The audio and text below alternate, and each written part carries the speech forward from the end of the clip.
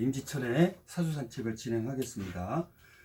이제까지 그 오행의 상생상극, 육친, 천간지지에 대해서 얘기 드렸습니다. 자, 이 사주를 그동안 이제 갑자, 을해, 갑오, 이렇게 펼쳐만 놓으면은 아무래도 이제 처음에 듣는 분이 이게 무슨 말인지 이렇게 모를 수가 있기 때문에 사주 상담 기법이라는 거를 통해서 요약해서 정리해 보겠습니다. 자, 이렇게 일간을 중심으로 푸는 학문이기 때문에 이 월자리라는 거는 보통 이제 추후에 얘기 드리겠습니다만은 등령이라고 해서 상당히 전체적인 그 힘이 대단히 높은 자리다, 이렇게 보시면 됩니다. 보통 등령이라는 거는 일간이 갑이기 때문에 갑을 도와주는 같은 목이라든가 수생목, 뒤에서 도와주는 물, 이렇게 비겁과 인성을 놓았을 때를 등령했다, 나한테 힘을 주었다, 이렇게 보통 그 월자리에서 의미하는 겁니다. 이렇게 인성을 가진 분은 다시 말해서 그 인성이니까 여기에서는 그냥 추후에는 이 인성이 같은 양과 양이면 이게 양목이지 않습니까? 양목. 여기는 양수. 실제는 이제 음수입니다만 이제 이 중에 해가 들어있기 때문에 그 양수로 표현을 하는 겁니다. 그래서 편인과 인수라는 걸로 분리가 됩니다만은 재성 우리가 이렇게 앞에서 얘기 드렸는데 이것이 편재와 정재로, 그 다음에 관성 그러면은 편관과 정관으로 이렇게 앞에서 얘기 드렸습니다. 이제 그렇게 나뉘어야지 마땅하나 여기에서는 아직 그런 부분에서 전체적으로 설명을 못 드렸기 때문에 일단 해수에 관련해서 그냥 인수격 이렇게 표현을 하겠습니다. 그럼 인수격은 어떤 분들이냐면은 좀 이렇게 봐야 되겠죠. 좀 성품이 좀 뭐라 그럴까, 아주 그 심성이 곱고, 또 가정교육이 좋고 총명하고 그 학문적 판단을 하려고 하는 분이다. 즉 그러니까 상식 수준에서 어떤 지적인 판단을 하려고 하는 분이다 보니까 좀 모험을 하기보다는 원리 원칙을 찾는 그 고집스러운 면이 있다, 이렇게 보시면 됩니다. 예를 하나 들어볼까요? 뉴스에서 물가가 많이 오른대요. 내일 오른다, 이 뉴스를 접했을 때 보통 다른 이제 어떤 이 월자리에 이제 놓고 있는 분들에 비해서 이렇게 인성을 놓고 있는 분들은 그래 오르면 오르는 대로 사 먹고 내리면 내리는 대로 사 먹지 이런 생각, 막 욕심 있게 내가 조금이라도 손에 안 봐야 돼, 저걸 내가 오늘 저녁에 다 사다 놓을 거야, 이런 생각을 하는 면이 적다. 근데 여기에서는 자 지금 방금 그 인수격이라고 해놓고 또 엉뚱한 소리를 하느냐, 그게 아니고 이제 앞으로 향후에 이 투출이라는 거를 이제 하시게 되는데요. 자, 이렇게 해수라는 것은 우리가 이 술이라는 건 어떻게 씁니까? 신유술에서 이 가을 기운이 따라 들어왔다, 술토는. 그래서 여기가 신이 암장돼 있다. 그래서 신정무다, 이렇게 앞에서 얘기 드렸지 않습니까? 해 역시 지지의 암장이라는 게 있기 때문에 이게 술 다음에 신유술 해자 축 이렇게 나가지 않습니까? 그래서 해라는 거는 술 중에 이 무토와 그 다음에 해 중에 갑목과 천간에 임수가 암장이 되어 있다. 이 갑이라는 것이 위로 이렇게 올라간 거를 투출됐다고 표현을 하는 겁니다. 그러면 인수 성향이 비겁 성향이 높아진다, 이렇게 이해를 지금은 하시면 됩니다. 그렇기 때문에 나는 인수 착하고 가정교육 좋고 공부하려고만 하고 이런 사람이 어떻게 되겠습니까? 나는 비겁 성향이야, 내가 자수성가하고 말까요, 나가서 막 뭔가 사업적인 거를 벌이려고 하는 성향이 더 높아졌다는 뜻입니다. 그렇게 이해를 하시면 됩니다. 그래서 인수의 힘을 발휘하기도 전에 비겁이 투출되어 그 힘을 잃었다. 오히려 좀 좀 뭐랄까 일간을 비겁이 많아지니까 자멸케 하는 그런 기운들이 높아졌다. 이렇게 이해를 하시면 됩니다. 그래서 때로는 믿는 도끼에 다시 말해서 믿는 사람에게 뭐 손해를 입게 되는 경우가 생기는 겁니다. 여기에서 이제 앞에서 봤다 쭉 한번 이제 이어서 이제 설명을 드리면은요, 자수는 어떻게 해서 좀 얼어있는 물이라고 했지 않습니까?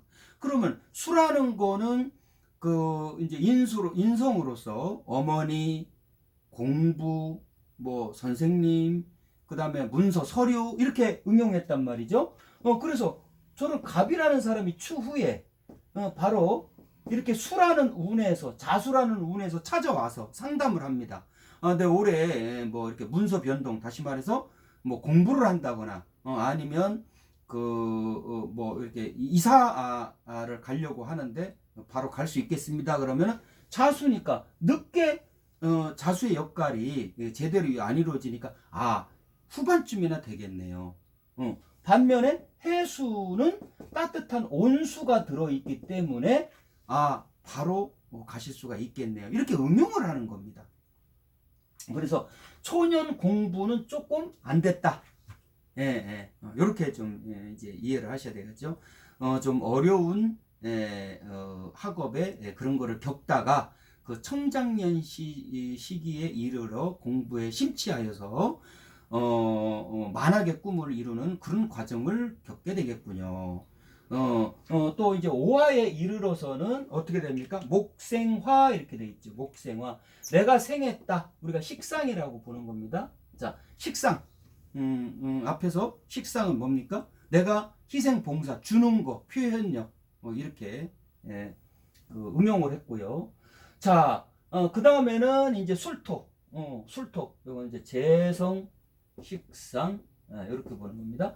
그래서 이렇게 식상을 놓고 있기 때문에 희생봉사심이 남다르고 남을 도우려는 그런 심성이 뭐 아름답게 그지없는 분이구나. 이렇게 보시면 됩니다. 그런데 지금 금방 이제 이 술토라고 재성이라고 해놓고 말을 또 뒤집는 거 아니냐. 그걸 좀 의아해하는 분이 좀 있으실 겁니다.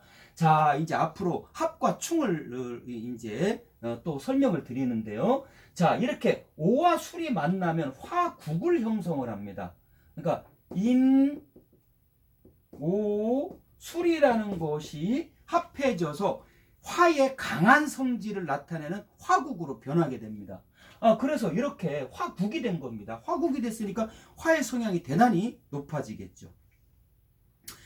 그래서 이제 화라는 거는 여자의 입장에서 보면은 자식이고 남자에 있으면 뭐 아랫사람, 남의 자식 이렇게 응용할 거 아닙니까? 그럼 이걸 그대로 해석하면 참 자식 는 나중에 키워가지고 빛을 보겠네요. 자식에 대단히 뭐 성공하겠네요. 그런 반면에 또 여기서 고장이라는 거를 또 이제 하게 되는데요. 조금 지금은 이 얘기를 드리면은 이거 뭐야 또 금방 또 술토라고 재성이라고 해놓고 뭐가 술 중에 정화가 있어서 또 고장에 화고장이다, 상식고장이다 이런 표현을 하나. 지금은 그대로만 따라오시면 됩니다. 그래서 상식고장, 여기는 상식국과 상식고장 두 개로 보는 겁니다. 그러니까 똑똑한 자식이 있는 반면에 조금 마음고생하는 자식도 하나 있겠구나. 그래서 일비하는 삶이 된다. 남자의 경우에는 똑같이, 그러니까 남의 자식 키우는데 1등이고 자기 직원 돌보는데 1등인, 그러니까 이런 남성이 되겠구나. 아주 애틋한 사랑을 가지고 직원을 돌보겠구나. 이렇게 생각을 하시면 됩니다. 그래서 전체적으로 이제 갑의 성향의 인수를 이렇게 많이 가지고 있지 않습니까? 그러니까 이런 사람을 다룰 때에는 뭐 내 고객이든 내 부모든 이런 사람을 같이 이제 어울려서 뭔가 일을 하게 된다라고 하면은 갑은 뭡니까? 갑의 성향은 앞에서 좀 뭐라 그럴까 굽히지 못하는 그런 나무라고 했지 않습니까? 그래서 뭔가 자기가 힘든 어떤 그런 일들을 하는 과정에서 어려움이 있다 하더라도 남에게 가서 아쉬운 소리를 안 합니다. 그러니까 속으로 마음고생을 많이 사귀면서 그렇게 고든 성품으로 그냥 살아가는 사람이다. 이렇게 볼 수가 있습니다. 자, 이제 원래는 시월나무가 곱게 자란다. 여기까지는 이제 그렇게 볼 수가 있습니다. 그러면은 우리가 동양지제라고 해서 많이 들어보셨습니까? 동양지제. 동양지제. 동양지제라는 거는 이게 대들보를 대들보를 얘기하는 겁니다. 대들보. 네.